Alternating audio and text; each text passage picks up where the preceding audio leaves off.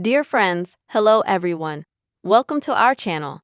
In this video, I will tell you and also show you how you can easily and very quickly create stickers in WhatsApp app for your iPhone.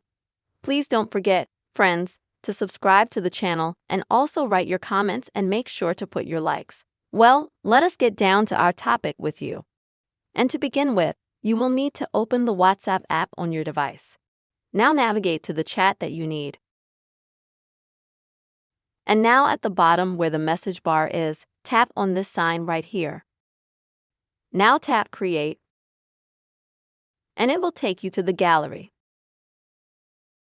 Now select the picture you want from the gallery. Click on it. Next, wait for the sticker to be created for you automatically. Now you can see the sticker and you can use 2 fingers to move it, zoom in, zoom out, and so on. You can also optionally, friends for example, leave a sticker the size of a full-sized photo. At the top, you can add some more to your sticker, like an inscription or a picture. Or you can also add some emoji, for example, if you wish. And then you can just send that sticker.